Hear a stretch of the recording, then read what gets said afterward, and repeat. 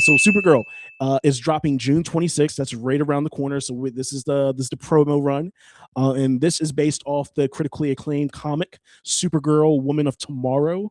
But anyway, yeah, this is Supergirl, the movie trailer. So let's take a look. You know, I'm just worried that you're not going to find your stride here if you keep going off-world all the time, Kara.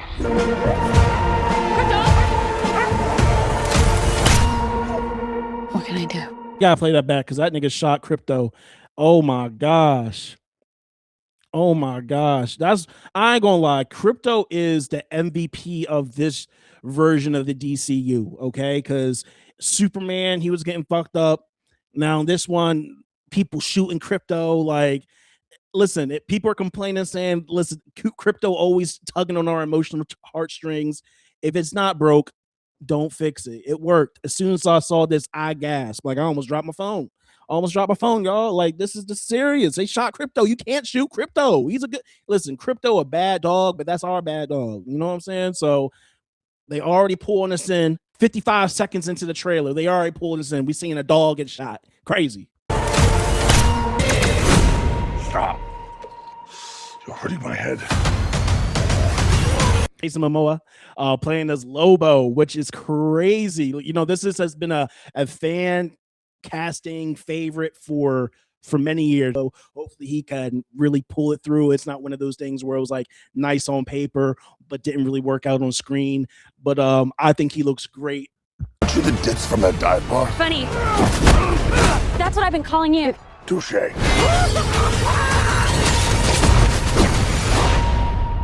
Yeah, I thought the trailer was good. I'm excited just to see the difference between what we saw in Superman, where Clark, his story arc was him kind of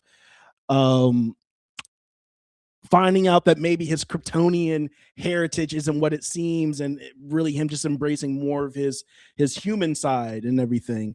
And in this trailer, you know, he's telling Kara, because Kara's always off on different planets partying because some of these planets have a red sun. So she's never on Earth, so she can actually do these things. In the trailer, he's saying like, hey, I'm worried you're not going to find your people. Yeah, well, that's the thing. You know, he's worried Kara's not going to find her people.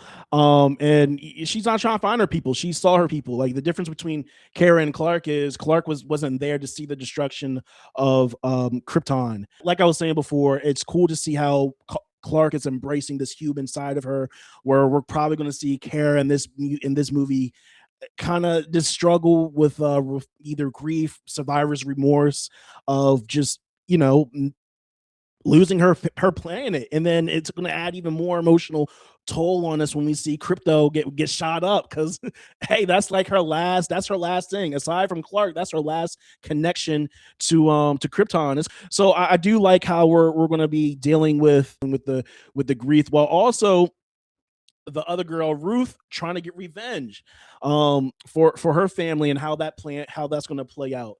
All right, so people are complaining that it doesn't have this same like feel or look with in the trailer, like how she, like, this is going to be like almost like a space odyssey or journey, because they throughout the comics they're following Krim of the Yellow Hills. They're following Krim of the Yellow Hills all over the galaxy in the comics and everything. So like the worlds look different. There's just a lot of things going on, and people are worried that based off this trailer, they ain't see none of that. They ain't see her riding Comet and shit through space and everything. There are some concerns. Do I feel like those concerns are valid? No, because it's one trailer. I don't even think they've showed everything they're supposed to show in this trailer, to be honest. They've only showed her being inside her own ship, her being on a planet where she meets Ruth and Krem, and where the journey begins, and then where the bar, where a bar scene on their journey is going to take place and everything, and apparently where the final battle is. I mean, this movie, I don't think it's fair. I don't think it's fair for people to really judge this aspect when it's just a trailer. We don't know what anything else is going to look like. This is almost a 3-minute trailer. We're not going to see all the set pieces that are going to go into this movie. So I feel like that's a little bit of an overreaction to a trailer here. You know, another complaint people are having is that James Gunn, he even though he's not the director of this movie, James Gunn's not the director of this movie. However, he directed all the Guardian movies, the Guardian of the Galaxy movies, 1 through 3, volume 1 through 3. And people are worried that a lot of these characters, especially Krem, he looks like a villain you would see, or just the way everything looks, the aesthetic of this movie looks like something you would see in a Hey, in a Guardians film, you know? Um, I can't say I disagree. I can see how people got there. That there, I think is valid. I think that's a valid concern.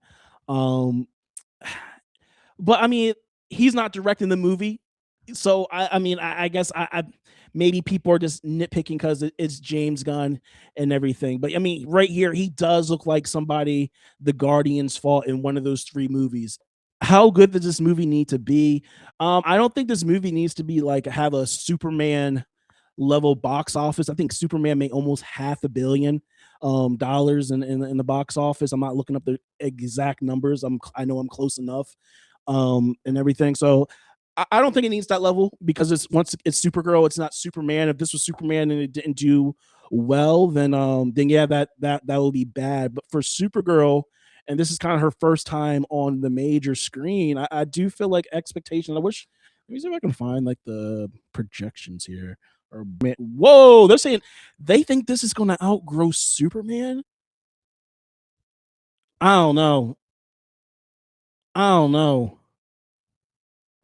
I don't know. That's not me hating. I don't know. That's high expectations. Whoa, whoa, whoa, whoa. I don't know about that.